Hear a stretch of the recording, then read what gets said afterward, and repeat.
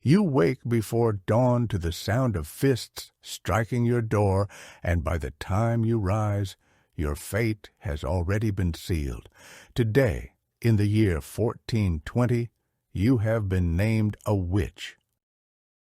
In this documentary journey, you will step into the world of early 15th century Europe, when superstition, fear, and rigid faith transformed simple accusations into death sentences. You will see how an ordinary life could unravel through rumor, ritual, and relentless suspicion. And you will learn what the process of being accused of witchcraft truly meant, physically, psychologically, and spiritually.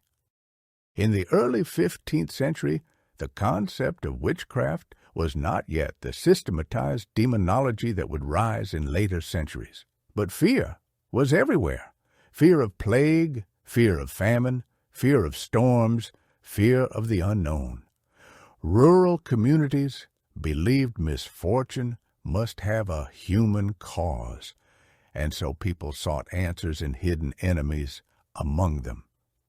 Accusations often began with whispers, escalated through church authority, and ended in courts where reason bent beneath the weight of superstition.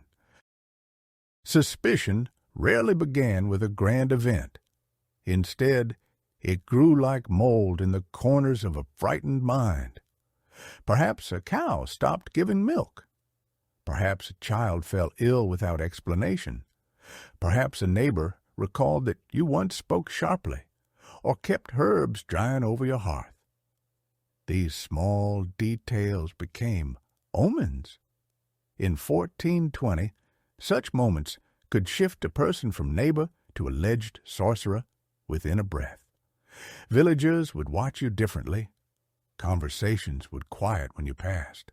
And one day, someone arrival, a fearful widow, a man whose livestock suffered, would speak your name to the local priest. When your name reached the church, everything changed. Clergy believed they were guardians of the community's spiritual safety. If they suspected witchcraft, they were compelled to act.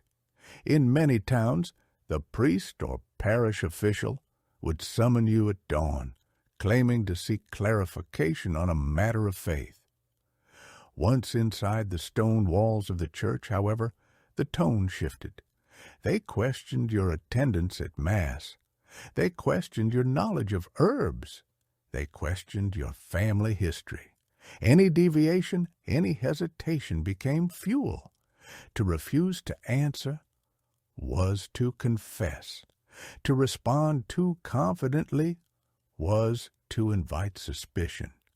After the initial questioning, the priest would gather testimony from the village. This was often the most dangerous stage of the process. People remembered old grudges. They remembered moments that had no meaning until now. A woman might claim that you looked at her child the day before a fever began. A shepherd might say your shadow crossed his flock the morning his lambs died. A midwife might whisper that you walked at night during storms. None of these stories needed proof. They needed only fear. The darker their words, the more likely the church was to proceed. Within days, the community's narrative created a version of you that no longer resembled the person you were.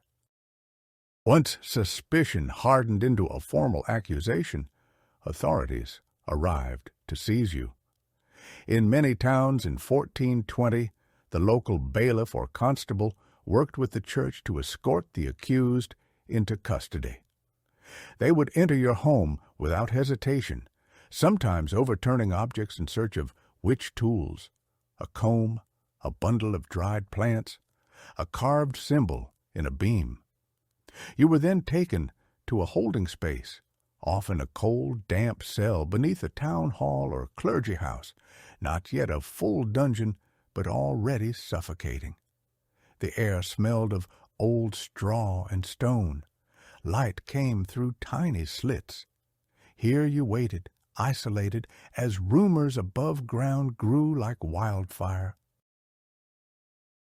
In the 15th century, examiners believed witches bore physical signs on their bodies' marks through which demons influenced them. These were not yet the elaborate procedures of later witch hunts, but they were invasive and humiliating. Women were examined by matrons under clerical supervision. Men were examined by clergy or city officers. They sought moles, scars, or birthmarks. Anything unusual, anything the examiner did not understand, was recorded as evidence. As you stood half-clothed in the cold chamber, the examiners circled you like scholars around a specimen. They whispered to one another. They pressed your skin. They noted every blemish. The process stripped away dignity long before any physical punishment began. Your imprisonment did not rely on violence alone. The era understood little of psychology, yet instinctively used fear as a tool.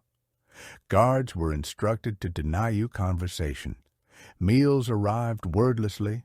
Nights were left unlit to break your sense of time. Songs from the nearby church reminded you of salvation that seemed increasingly unreachable. The silence pressed against your thoughts. You began questioning your own memory. Did you truly speak harshly to a neighbor? Did you once hope someone would suffer misfortune? Did you dream something and later see it reflected in life? Loneliness transformed uncertainty into guilt. After several days of confinement, the formal church inquiry commenced. You were led into a small chamber with a wooden table and candles that flickered against the stone. A panel of clerics awaited you. They spoke in measured tones, neither shouting nor threatening. Their calmness was its own kind of pressure. They asked whether you believed in the devil. They asked whether you had ever called upon spirits. They asked whether you owned charms or herbs for unnatural purposes. Their questions were circular. Any answers could be used to ensnare you. Even if you swore innocence, the inquiry was designed to test contradictions. A slip of the tongue, a moment of fear, could be interpreted as evidence. By this time, the village had already decided your guilt. Your reputation, once built on years of work, crumbled under the weight of whispered stories. Daily life had shifted into myth-making. You were no longer a person. They had transformed you into an explanation. Old women recalled that you walked confidently alone in the woods. Men muttered that your eyes lingered too long. Children whispered that your shadow looked strange. Every detail of your life, once ordinary, was now twisted into a narrative of malevolence. You were trapped not by the church alone, but by the mirror your community held up to you. A confession was considered the purest evidence of witchcraft. Without it, your judges believed they could not understand your soul. They began with gentle persuasion, reminding you of salvation, urging repentance, suggesting that a small admission now would spare you eternal damnation later. But confession was not only sought for your sake. The church desired names, others who conspired with you, spirits you called upon, rituals you performed. Even if you had lived quietly your entire life, they expected a story. Without one, they believed you were hiding the truth. You soon discovered that silence was interpreted as resistance. In the early 15th century, torture was regulated, but allowed under strict ecclesiastical supervision. It was not the chaotic frenzy seen in later centuries, but a calculated instrument of fear. Before any torment, the devices were shown to you. This act alone was often enough to break many prisoners. You might be led past the strappado, a device where a person's arms were tied behind their back and lifted until their shoulders strained near dislocation. You might see the cold stone bench prepared for pressing weights upon limbs. You might hear the creak of ropes and pulleys being tested. The priest overseeing the process would tell you that this suffering was meant only to free your soul from deception. If you still proclaimed innocence, the first stage of duress might begin. The objective was not to inflict maximum pain, but to create fear, to blur the line between truth and survival. You would be bound, sometimes by wrists, sometimes by ankles. Questions were repeated slowly. Each denial was met with increased tension on ropes or pressure on joints. Your body trembled, not merely from pain, but from the knowledge that this was only the beginning. The clerics watched closely, believing physical strain revealed spiritual truth. When you screamed, they recorded that your voice wavered, interpreting it as a sign that the devil's influence was weakening. Pain, exhaustion, darkness, and isolation combined to break the human spirit. Days blurred, meals felt tasteless, your body ached with every breath. Even your dreams betrayed you, showing visions of flames, ropes, and accusing faces. Eventually, many prisoners reached a threshold where confession felt like escape, not because they believed themselves guilty, but because they could no longer endure uncertainty. Once the mind accepted that death might be inevitable, admitting guilt seemed like the only remaining choice. In this moment, some confessed in full detail, others confessed in fragments, and some gave names, neighbors, rivals, or even the dead simply to end the questioning. Once a confession was given, even if whispered in weakness, the scribes wrote it down with meticulous care. These records were treated as sacred documents.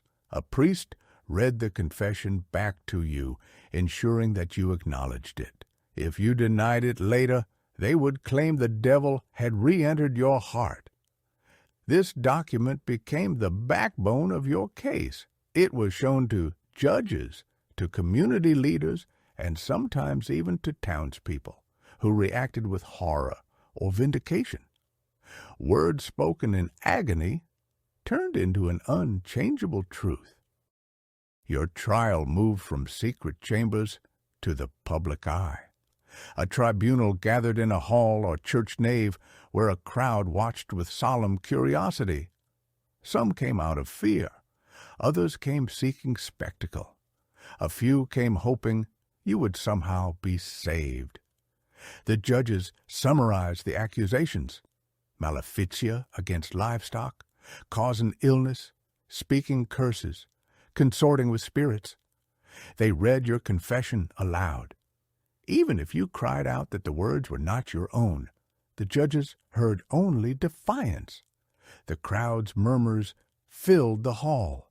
Superstition, fear, and relief that they themselves were not accused shaped every whispered reaction. When the verdict was declared, it sounded less like judgment and more like ritual. You were condemned for witchcraft in the year 1420. Once condemned, you were returned to your cell, but treated with a strange combination of severity and piety. Guards offered you more food than before, urging you to repent. Clerics visited often, not to save your life, but to prepare your soul. The church insisted death was a passage, not an end. They prayed over you while simultaneously escorting you toward execution. In their eyes, punishment restored divine order. During these final days, The world outside felt distant. You remembered simple moments walking through fields, tending a fire, hearing laughter in the village square. These memories hurt more than the interrogations. On the morning of your death, bells rang slowly. A procession formed. Priests chanting hymns, guards carrying spears, townspeople trailing behind to witness your final hours. You were led to a platform or field outside the town walls. In the early 15th century, execution for witchcraft varied. Burning was less common at this time, but not unheard of. Hanging or beheading were more typical, though each region differed in custom. No matter the method, the ritual was meant to cleanse the community. The flames or blade or rope symbolized renewal. As you approached the site, the chanting continued, filling the air with an eerie calm. At the final moment, you were asked to speak. Some used this time to proclaim innocence. Others begged forgiveness. A few remained silent, their spirits already exhausted. Clergy prayed aloud, urging your soul to reject the devil. The crowd watched, their faces a mixture of sorrow, fear, and grim acceptance. Your life, reduced to accusations and confessions, ended beneath an unyielding medieval sky. Your death sealed the narrative the village believed, that misfortune had a human cause, that fear had a target, and that order had been restored. The story of a witchcraft accusation in 1420 reveals a world shaped by uncertainty. In that age, people sought answers to suffering, and in their desperation, they turned to the simplest and most devastating explanation, that someone among them carried hidden power. This fear transformed ordinary lives into cautionary tales. It showed how communities, convinced of righteousness, could destroy one of their own, and it reminds us that history is shaped not only by kings and battles, but by the quiet tragedies of those who were feared, misunderstood, or simply unlucky. As the echoes of the execution fade, we are left to reflect on how quickly suspicion becomes certainty, and how fragile the boundary is between neighbor and enemy.